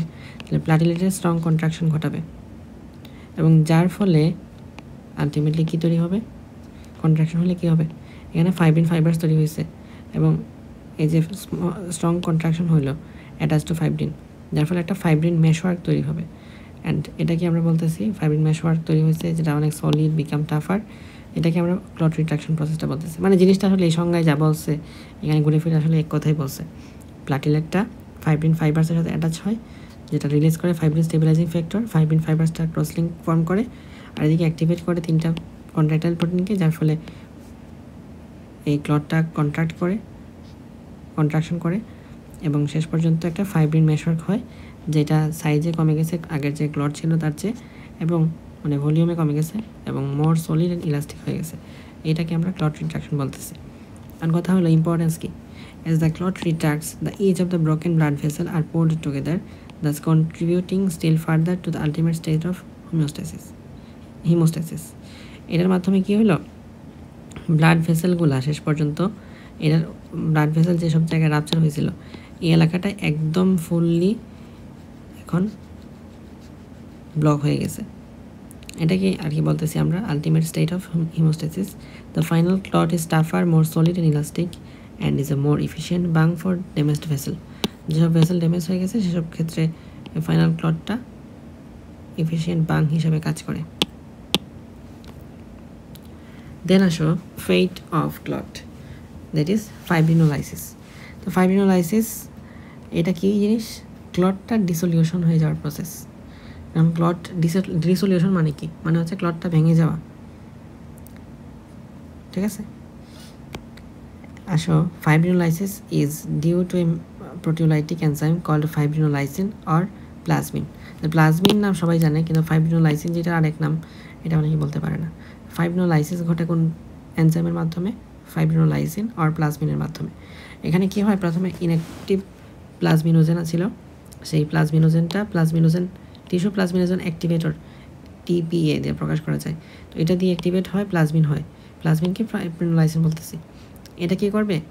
এটা হচ্ছে যে ক্লটটা আছে সেই ক্লটের যে ফাইব্রিন মেশওয়ার্ক, এখান থেকে ফ্যাক্টর 1, 2, 5, 8 and 12 এই ফ্যাক্টরগুলোকে ডাইজেস্ট করে ফেলবে। ফলে ফাইব্রিন থেকে স্মল পেপটাইডস উৎপন্ন হবে। তাহলে ফাইব্রিনোজেন ডিগ্রেডেশন প্রোডাক্ট হচ্ছে এই স্মল পেপটাইডগুলো। এটা হলো ফাইব্রিনোলাইসিস। এখন এটার ইম্পর্টেন্স কি? ইম্পর্টেন্স হচ্ছে ফাইব্রিনোলাইসিসটা removes these minor clots from millions of teeny peripheral vessels and preventing them from being occluded. ধরো কোনো একটা জায়গার মধ্যে এমনিতে এখানে বিভিন্ন প্লাটিলেট জমে কোথাও আগে হয়তো একসময় রাপচার হয়ে সেটা ব্লাড কোয়াগুলেশন হয়েছে। এখন এখানে হচ্ছে প্লাটিলেটের যে প্লাটিলেটের মাধ্যমে ক্লটটা ফর্ম হয়েছে, ক্লট রিট্রাকশন হয়েছে, এটা দিয়ে এখন হচ্ছে এরকমভাবে একটা অবরুদ্ধ অবস্থা ক্রিয়েট হয়ে গেছে, যার ফলে ব্লাডটা এখান থেকে পাস করতে পারবে না প্লাটিলেটটা। তাহলে এই যে একটা ব্লাড ভেসেল অক্লুশন হয়ে গেল, মানে এখানে পথটা বন্ধ হয়ে গেল, ব্লক হয়ে গেছে, এই ব্লক দিয়ে যাতে ব্লাডটা পাস করতে যাবে, তো এটাকে কি শেষ করতে হবে না? এই আমার ক্লটটাকে নষ্ট করে দিতে হবে না? তাহলে এই ক্লটটাকে রিমুভ করে দেওয়ার যে প্রসেস, এটাই হচ্ছে fibrinolysis. Secondly, fibrinolysis prevents excessive activation of the clotting system and development of intravascular thrombosis and embolism. আচ্ছা, থ্রম্বোসিস বা থ্রম্বোলিজম, এম্বোলিজম, দুটার পার্থক্য একটু জানা দরকার। ধরো কোথাও একটা ব্লাড ভেসেল, সেই ব্লাড ভেসেলের মধ্যে কোনো কিছু জমে গেছে, এনিথিং, চর্বির কণা হইতে পারে অথবা এরকম ক্লট হইতে পারে, যার ফলে এরকমভাবে কোথাও চর্বির কণা জমে গেছে, যার ফলে এই পথটা অক্লুডেড হয়ে গেছে, এটাকে বলতেছি আমরা থ্রম্বোসিস। আর যদি এরকম হয় যার কারণে ব্লডটা ঘটছে সেটা হচ্ছে ব্লাড ফ্লোর কারণে এইটা ছুটে গিয়ে ছোটো ছোটো চর্বি কণা হিসেবে কোথাও গেছে, তো তখন সেটাকে আমরা বলবো এম্বোলিজম, ঠিক আছে? রিওপেন ক্লোজড ব্লাড ভেসেল, একই কথা। Regulator of fibrinolysis. আচ্ছা, তো এখানে কি আছে? Tissue plasminogen activator inhibitor. দেখো টিস্যু প্লাজমিনোজেন অ্যাক্টিভেটর এখানে ইউজ করছি, আবার প্লাজমিনোজেন অ্যাক্টিভেটর ইনহিবিটর যেটা এখানে নেগেটিভলি কাজ করতেছে, আর এটা তো পজিটিভলি কাজ করতেছিল। এছাড়া alpha-2 প্লাজমিন, এটাও প্লাজমিনের এগেনস্টে কাজ করতেছে। ক্লিনিক্যাল রিলিভেন্স, এখানে হচ্ছে এক্সেসিভ ফাইব্রিনোলাইসিস যদি হয় তাহলে ডিআইসি, ডিসেমিনেটেড ইন্ট্রাভাস্কুলার কোয়াগুলেশন হতে পারে। Impaired fibrinolysis, thrombosis and embolism, fibrinolytic therapy, TPA in heart attack. তো দেখো এই ফাইব্রিনোলাইসিসের মাধ্যমে কি হয়? অক্লুশনটাও শেষ হয়, অর্থাৎ এইগুলো দিয়ে আমরা কোনটার এগেনস্টে কাজ করতে পারবো। যেমন ডিআইসি মানে ডিসেমিনেটেড ইন্ট্রাভাস্কুলার কোয়াগুলেশন, অর্থাৎ ভেসেলের মধ্যেই কোনো ধরনের কোয়াগুলেশন ঘটছে, এটা হচ্ছে ডিআইসি, একটু পরে দেখবো মিনিং লেখা আছে। তাহলে এক্সেসিভ ফাইব্রিনোলাইসিস এটা কি করে? এটার মাধ্যমে এই যে ব্লাড ভেসেলটাকে সে ইন্ট্রাভাস্কুলার কোয়াগুলেটেড করে রাখছে, এটাকে সে প্রিভেন্ট করে। Impaired fibrinolysis, thrombosis and embolism, এটা হচ্ছে সে প্রিভেন্ট করে। ফাইব্রিনোলাইটিক থেরাপি, হার্ট অ্যাটাকের যদি হয় সেই ক্ষেত্রে টিস্যু প্লাজমিনোজেন অ্যাক্টিভেটর, এটা দিয়ে হার্ট অ্যাটাক মানে কি? মায়োকার্ডিয়াল ইনফার্কশন, অর্থাৎ ব্লাড ভেসেলটা হার্টে যে করোনারি আর্টারিটা সাপ্লাই দিচ্ছে, সেই করোনারি আর্টারির মধ্যে কোনো জায়গায় ব্লকেজ হয়েছে, তাই তো অ্যাথেরোস্ক্লেরোসিস হয়েছে, তো এর ফলে এখান থেকে ব্লাড পাস হইতে পারতেছে না। সো এখানে যদি আমি টিপিএ দিই, এই টিপিএ টিস্যু প্লাজমিনোজেন অ্যাক্টিভেটরের মাধ্যমে এগুলো কিন্তু দূরে সরে যাবে, অর্থাৎ এই থ্রম্বোসিসটা সরে যাবে। তাহলে ফাইব্রিনোলাইটিক থেরাপি দিলে tissue plasminogen activator in heart attack, এটাও কাজ করতে শুরু করবে, অর্থাৎ হার্ট অ্যাটাকের তুমি ক্লিনিক্যাল একটা সলিউশন নিয়ে আসতে পারবা। তো এবার আসো role of calcium ion. Role of calcium in blood coagulation. এখানে কি হয়, ক্যালসিয়ামটা আসলে এখানে দেখছো এক্সটেন্সিক পাথওয়ে ইন্ট্রিনসিক পাথওয়ে পড়ার সময় প্রত্যেক ধাপে ক্যালসিয়াম ক্যালসিয়াম ক্যালসিয়াম ইউজ হইতেছে। তো সব মিলে সব ধাপে আমরা ক্যালসিয়ামটাকে ইউজ করে থাকি। লেখা আছে শুধুমাত্র ফার্স্ট দুইটা স্টেপ ছাড়া, এক্সেপ্ট ফার্স্ট দুইটা স্টেপ, বাকি সব ধাপে আমরা ক্যালসিয়ামটাকে ইউজ করে থাকি। ইন্ট্রিনসিক পাথওয়ে, এক্সটেন্সিকেও দেখলাম, এক্সটেন্সিক আসলে ধাপ খুব একটা বেশি না, 3টা আছে, যার মধ্যে প্রথম ধাপ ছাড়া বাকি 2টাতে কাজ করতেছে। তো এই আর কি ব্লাড কোয়াগুলেশনে ক্যালসিয়ামের ভূমিকা। এখন ক্লিনিক্যাল ইম্পর্টেন্সটা কি? ক্লিনিক্যাল ইম্পর্টেন্স হচ্ছে যখন আমি কারো কাছ থেকে ব্লাড নিব, তোমার বডি থেকে ধরো আমি ব্লাড নিলাম, এখন এটার মধ্যে তো ক্যালসিয়াম আছে নাকি নাই? ক্যালসিয়াম আছে। তো আমি তখন তোমার বডি থেকে ব্লাড নিলাম, নেওয়ার পরে সেই ব্লাডটা তো সাথে সাথে ক্লট হয়ে যাবে, কারণ এটা ক্যালসিয়াম আছে। জানি যে 15 সেকেন্ড হচ্ছে এক্সটেন্সিক পাথওয়ে, আর ইন্ট্রিনসিক পাথওয়ে হচ্ছে 1 থেকে 6 মিনিট। সুতরাং এই ক্যালসিয়াম থাকা যাবে না, বা ক্যালসিয়াম থাকলে সেইটা আমার কী করবে, ব্লাডটাকে ক্লট করে ফেলবে। এই জন্য আমি অবশ্যই অ্যান্টিকোয়াগুলেন্ট কিছু একটা মিশাইতে হবে, যার ফলে এই ক্যালসিয়ামটা কাজ করতে না পারে ঠিক মতো।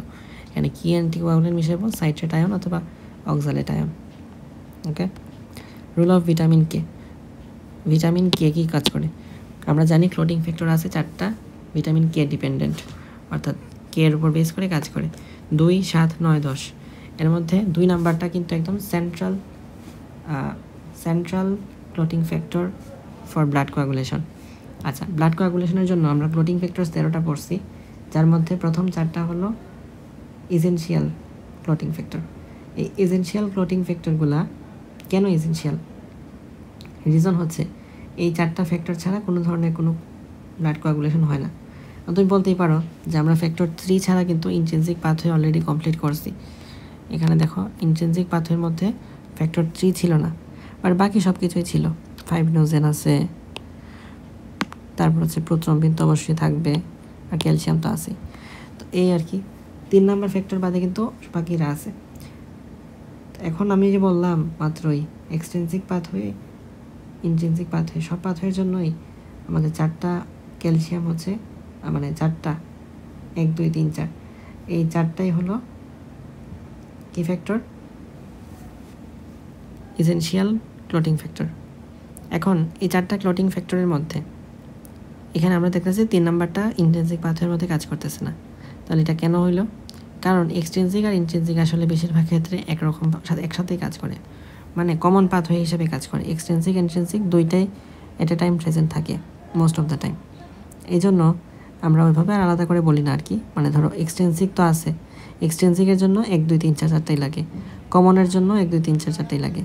ইন্ট্রিনসিকের ক্ষেত্রে 3 নাম্বারটা লাগে না আলাদা করে, বাট স্টিল ওইভাবে ডিস্টিংগুইশ করে বলে না যে ইন্ট্রিনসিকের জন্য 3টা আর এক্সটেন্সিকের জন্য 4টা, সব ক্ষেত্রেই 4টা বলে থাকে। আচ্ছা, কে dependent clotting factor 2, 7, 9, 10।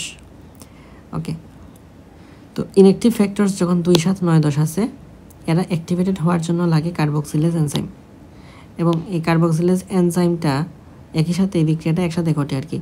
Activated factors 2, 7, 9, 10, vitamin K, carboxylase এনজাইমটা কাজ করে, এটা অ্যাক্টিভেটেড হয়ে যায়, এবং ভিটামিন কে ইপোক্সাইড হয়ে যায়, ইপোক্সাইড। তো এখানে এটা ইপোক্সাইড হয়ে গেল, এর মাধ্যমে আলটিমেটলি ব্লাড ক্লোটিং ফ্যাক্টরসগুলো অ্যাক্টিভেটেড হচ্ছে।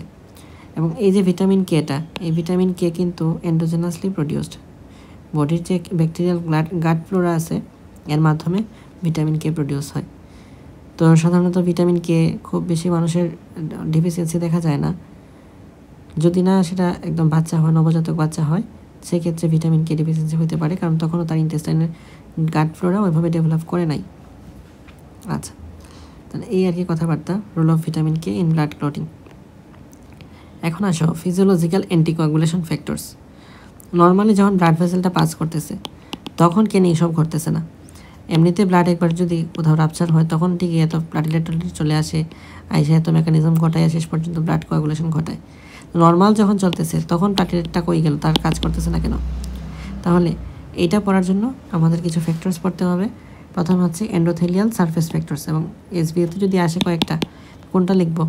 অবশ্যই এন্ডোথেলিয়াল সারফেস ফ্যাক্টরস, ঠিক আছে, মোস্ট ইম্পর্ট্যান্ট জিনিস। এটা কীভাবে কি মেনটেন হতেছে, এন্ডোথেলিয়াল সেল সারফেসের স্মুথনেস, এটার মাধ্যমে prevents contact activation of intrinsic clotting system. আচ্ছা, তারপর হচ্ছে presence of glycocalyx on the endothelium. এন্ডোথেলিয়ামে থাকা গ্লাইকোক্যালিক্সটা ক্লটিং ফ্যাক্টর এবং প্লেটিলেটটাকে বের করে দিচ্ছে। রিপেলস মানে হচ্ছে ওয়াশ আউট বা বের করে দেওয়া। Formation of thrombomodulin thrombin complex. দেখো থ্রম্বিন থাকলে কি করতো, কোয়াগুলেশন করতো, সে অনেকগুলো ফ্যাক্টর রেগুলেট করে। বাট থ্রম্বিন যেহেতু এখন থ্রম্বোমোডিউলিনের সাথে কমপ্লেক্স ফর্ম করতেছে, তো থ্রম্বিন তো আর ফ্রি নাই, সে কোনো কিছু এখন আর আলাদা করে কোনো রিয়াকশনের জন্য স্টিমুলেটর হিসেবে কাজ করতে পারবে না, অ্যাক্টিভেটর হিসেবে কাজ করতে পারবে না। সো থ্রম্বোমোডিউলিনের সাথে থ্রম্বোমোডিউলিন কমপ্লেক্স ফর্ম করতেছে এবং একই সাথে সে প্রোটিন সি অ্যাক্টিভেশন করে। প্রোটিন সি দেখবা একটু পরে এখানে, যে প্রোটিন সির মাধ্যমে 5 নাম্বার এবং 8 নাম্বার ক্লটিং ফ্যাক্টরটার এগেনস্টে কাজ করে।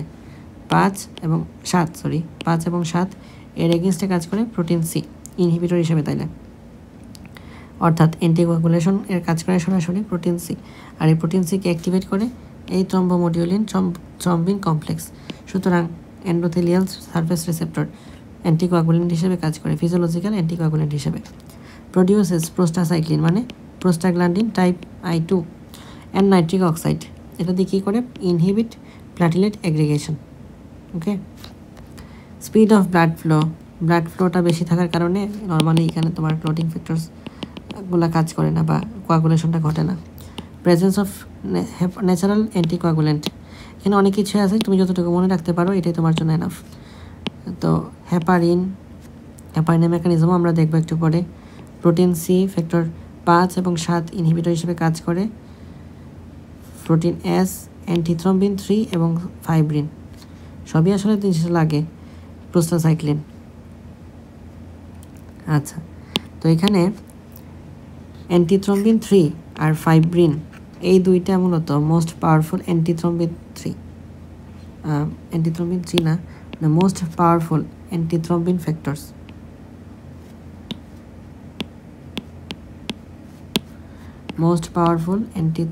ফ্যাক্টরস।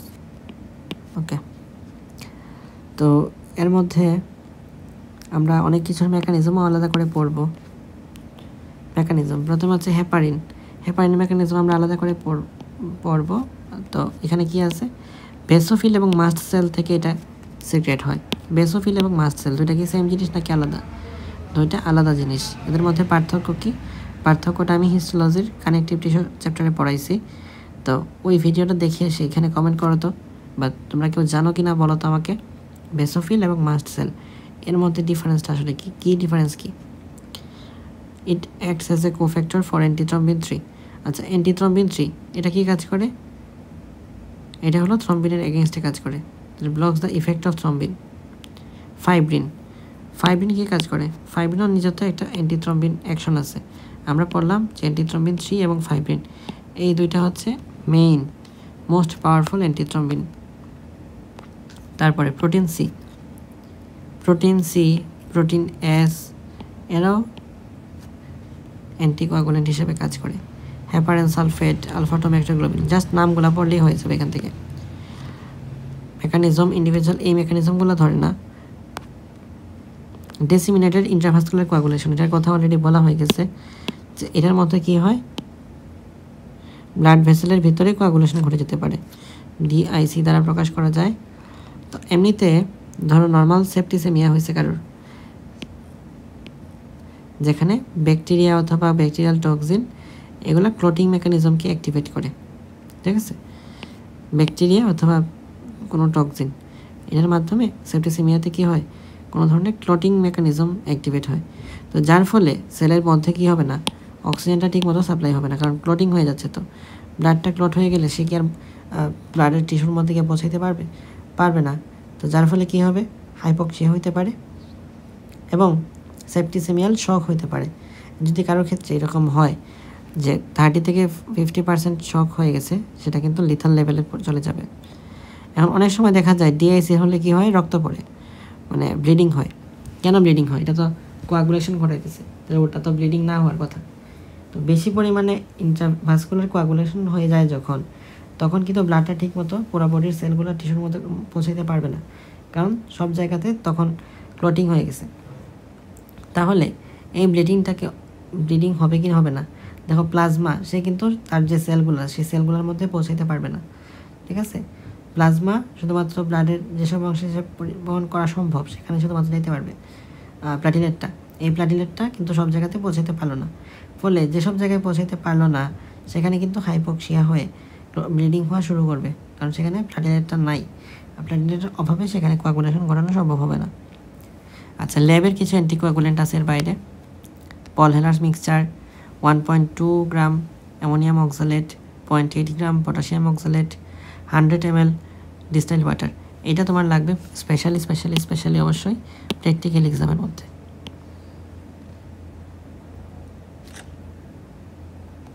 ওকে, এর বাইরে আরও কিছু পটাশিয়াম অক্সালেট আছে, 8% sodium oxalate citrate, heparin, sodium normal saline, EDTA, warfarin, dicoumarol. তো গাইটনের মধ্যে এই হেপারিনের কথা আর কোমারিনসের কথা, এই দুইটার কথা লেখা আছে যে ক্লিনিক্যালি প্র্যাকটিসড। এর মধ্যে কোমারিনটা আসলে ওয়ারফারিন আর ডাইকোমারল, এগুলো সাধারণ নাম। ওকে, আচ্ছা, তো হেপারিন সম্পর্কে কিছু এক্সট্রা ইনফো আছে যে এটার অ্যাকশনটা কাজ করে 1.5 ঘন্টা থেকে 4 ঘন্টার মতো, আর হেপারিনেজ এনজাইমের মাধ্যমে ডিস্ট্রয় হয়ে যায়। এছাড়া কিছু কথা আছে যে হেপারিন যদি আমি মিশাই তাহলে নর্মালি ব্লাড কোয়াগুলেশন ঘটার মানে ক্লটিং ঘটার যে টাইমটা ছিল সেটা থেকে অনেক গুণ বেড়ে যাবে অল্প পরিমাণে হেপারিনটা যদি মিক্স করা হয়। আচ্ছা, তো কোমারিনসটা নর্মাল লেভেলে চলে আসে 1 থেকে 3 দিন পর। এটার মেকানিজমটা কি? মেকানিজম হচ্ছে কয়েকটা মেকানিজমই আছে। তো ওয়ারফারিন এবং হেপারিনটাকে দেখাই। হেপারিনটা কী কাজ করে? মেইনলি এখানে এসে কিছু ক্লটিং ফ্যাক্টরকে ইনঅ্যাক্টিভেট করে এবং অ্যান্টিথ্রম্বিন 3কে অ্যাক্টিভেট করে। এক কথায় মূলত এখানে সে থ্রম্বিনকে কাজ করতে দিবে না। তাহলে হেপারিনের কাজ কি? হেপারিনের মূল শত্রু কি? থ্রম্বিন হচ্ছে হেপারিনের মূল শত্রু। থ্রম্বিনের অ্যাকশনকে সাপ্রেস করবে, অ্যান্টিথ্রম্বিন 3 অ্যাক্টিভেট করবে, রিমুভস থ্রম্বিন, অর্থাৎ থ্রম্বিনকে সে একদম আগে তো সাপ্রেস করছিল, ইনঅ্যাক্টিভেট করছিল, এখন একদম রিমুভ করে দিবে, আর যার ফলে কোনো ধরনের ব্লাড ক্লটিং হবে না। এদিকে আসি, এদিকে তো আমরা জানি সব কিছু যে ভিটামিন কে এই কাজটা করতেছে।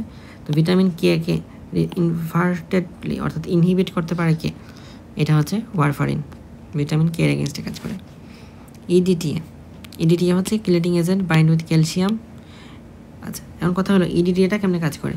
আমরা জানি আমাদের যে ক্যালসিয়াম আছে এসেনশিয়াল ক্লটিং ফ্যাক্টর, এই ক্যালসিয়ামটার সাথে সে বাইন্ড হয়ে যায়। ইডিটিএটা বাইন্ড হলে লাভটা কি? বাইন্ড হলে লাভ হলো ক্যালসিয়াম তো প্রত্যেকটা ধাপের মধ্যেই লাগে, তাই না? প্রত্যেক স্টেপের মধ্যেই লাগে। ক্যালসিয়াম ছাড়া তার হবে না কিছু। তাহলে এই সাইট্রেট আয়ন অ্যান্ড ক্যালসিয়াম এইটা মিলে ক্যালসিয়ামটাকে এখন আর ফ্রিলি মানে প্রেজেন্ট থাকতে দিবে না, যার ফলে আর ক্লটিংও হবে না, ক্লটিং ইজ প্রিভেন্টেড। তারপরে অক্সালেট কম্পাউন্ড কী কী আছে? পলিহাইড্রাল মিক্সচার, পটাশিয়াম অক্সালেট, এরার মাধ্যমে এরাও সেম কাজ করে, ক্যালসিয়ামের সাথে সে বাইন্ড হয়, ক্যালসিয়াম অক্সালেট ফর্ম করে, প্রেসিপিটেট করে। Dicoumarol inhibits the action of vitamin K, এবং এর মাধ্যমে ভিটামিন কে এর প্রোডাকশন কমে যাবে। এই আর কি আমাদের প্ল্যাটিলেট সম্পর্কে। এরপর আমরা দেখব ব্লিডিং ডিসঅর্ডার।